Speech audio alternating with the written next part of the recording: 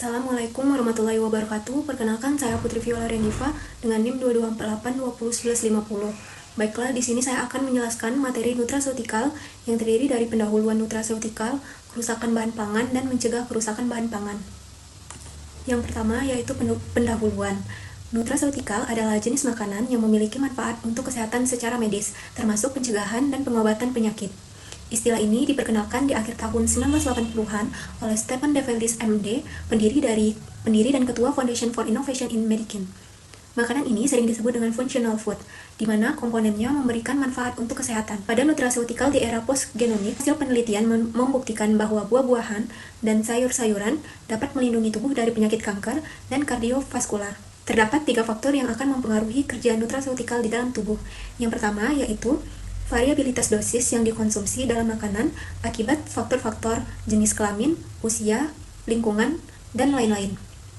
Yang kedua yaitu kompleksitas kimia dalam makanan. Yang ketiga yaitu genomika fungsional, sangat membantu dalam penelitian nutraseutikal dalam menjabarkan profil ekspresi gen secara global. Pada nutrien, yang paling banyak dikenal adalah yang mengandung antioksidan dan vitamin.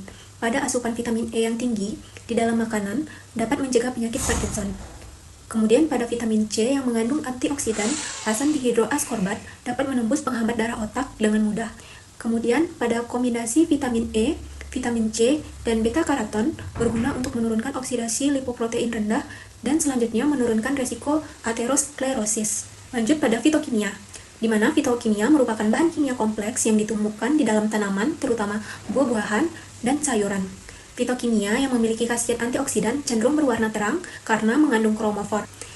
Untuk sayuran berwarna hijau gelap mengandung paling banyak klorofil. Klorofil adalah senyawa antioksidan. Pada jenis-jenis fitokimia yang pertama ada karotenoid, yang dimana ini membuat jagung menjadi kuning, wortel menjadi jingga kemerahan, dan tomat berwarna merah. Yang kedua ada likopen. Likopen merupakan bahan fitokimia yang disintesis oleh tanaman dan mikroorganisme, dikenal sebagai antioksidan, di mana perannya menonaktifkan radikal bebas. Yang ketiga ada lutein. Lutein merupakan suatu xanthofil dan satu dari 600 karotenoid yang ada di dalam sayuran, berdaun hijau seperti bayam dan kangkung, berperan sebagai antioksidan dan nutrisi mata. Selanjutnya ada zeaxanthin, salah satunya yaitu karotenoid yang paling sering ditemukan di alam, berperan dalam melawan radikal bebas. Yang keempat yaitu astaxanthin.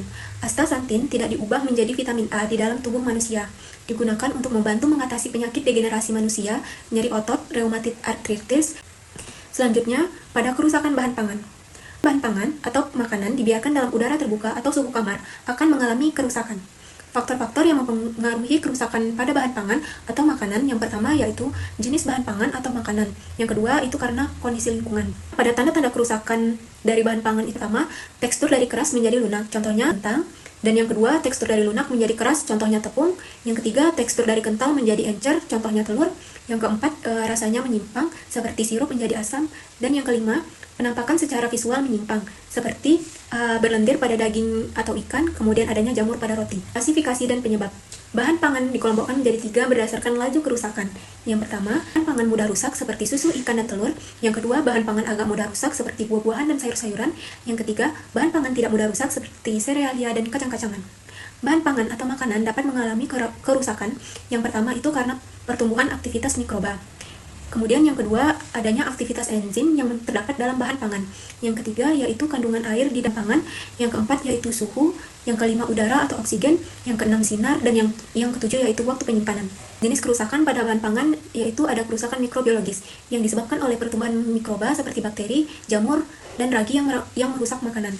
Yang kedua yaitu kerusakan mekanis. Kerusakan mekanis yaitu kerusakan fisik akibat tekanan, benturan, atau gesekan. Yang ketiga yaitu kerusakan fisik yang merupakan perubahan bentuk atau struktur akibat faktor fisik seperti suhu ekstrim atau kelembapan.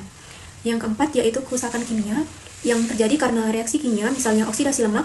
5 yaitu kerusakan biologis yang disebabkan oleh aktivitas serangga, hewan pengerat, atau makhluk hidup lainnya. Selanjutnya masuk pada materi mencegah kerusakan bahan pangan. Yang dilakukan yang pertama yaitu pengawetan suhu tinggi. Menggunakan panas untuk membunuh mikroorganisme penyebab pembusukan.